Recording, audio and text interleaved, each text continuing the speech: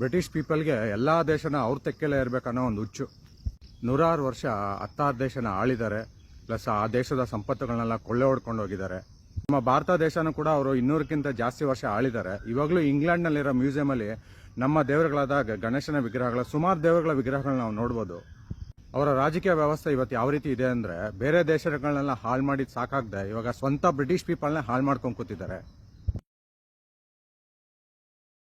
ಇತ್ತೀಚಿನ ಒಂದು private ಏಜೆನ್ಸಿಯ report ಮೂಲಕ ಈ ಪಾಕಿಸ್ತಾನಿ ಗ್ರೂಮಿಂಗ್ ಗ್ಯಾಂಗ್ ಒಂದು ಸುಮಾರು 2.5 ಲಕ್ಷಕ್ಕಿಂತ ಜಾಸ್ತಿ ಹೆಣ್ಮಕ್ಳನ್ನ ರೇಪ್ ಮಾಡಿದ್ದಾರೆ. ಸರಿಸುಮಾರು ಒಂದು 250 ಜನಕ್ಕೆ ಮಾತ್ರ ಶಿಕ್ಷೆ ಆಗಿದೆ ಕಳೆದ ಒಂದು 2005ರಿಂದ ಇಲ್ಲಿ ತನಕ ರಿಸರ್ಚ್ ಪ್ರಕಾರ. ಅವರೆಲ್ಲ ಯಾರು ಅಂದ್ರೆ ಪಾಕಿಸ್ತಾನದ ಇಮಿಗ್ರೇಷನ್ ಮೂಲಕ ಇಂಗ್ಲೆಂಡ್ಗೆ ಬಂದು ಅಲ್ಲಿ ಡ್ರೈವರ್ ಆಗಿ ಕೆಲಸ ಮಾಡೋರು, ಸಣ್ಣ ಪುಟ್ಟ ವ್ಯಾಪಾರ ಮಾಡ್ಕೊಂಡಿದ್ದವರು.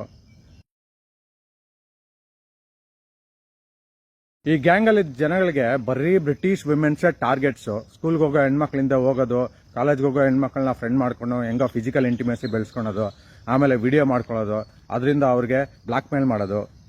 ಯಾವುದೋ ಒಬ್ಬ ಹೆಂಗಸಿಗೆ ಸರಿ ಸುಮಾರು 700 ಬಾರಿ ರೇಪ್ ಮಾಡಿದಾರಂತೆ. ಯೋಚನೆ ಮಾಡಿ ಆ ಒಂದು ಹೆಂಗಸಿನ ನೋವು ಎಷ್ಟು ಘೋರವಾಗಿರುತ್ತೆ ಅಂತ.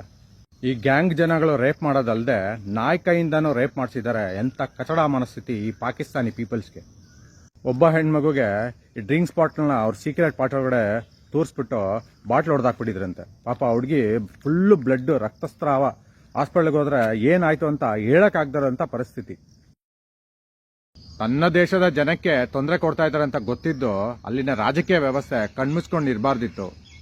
ಇನ್ಮುಂದೆ ಆದರೂ ಬ್ರಿಟಿಷ್ ರಾಜಕೀಯ ವ್ಯವಸ್ಥೆ ಫಸ್ಟು ಅವರ ದೇಶದ ಬ್ರಿಟಿಷ್ ಜನಗಳನ್ನ ಕಾಪಾಡ್ಕೊಳ್ಳಿ. ಬೇರೆ ದೇಶದಿಂದ ಬಂದು ಸ್ವಂತ ದೇಶದ ಜನಗಳಿಗೆ ಯಾವನ್ ತೊಂದರೆ ಕೊಡ್ತಾ ಇರ್ತಾನೆ ಅವನ್ನ ಫಸ್ಟ್ ದೇಶ ಬಿಟ್ಟು ಓಡಿಸ್ಬೇಕು.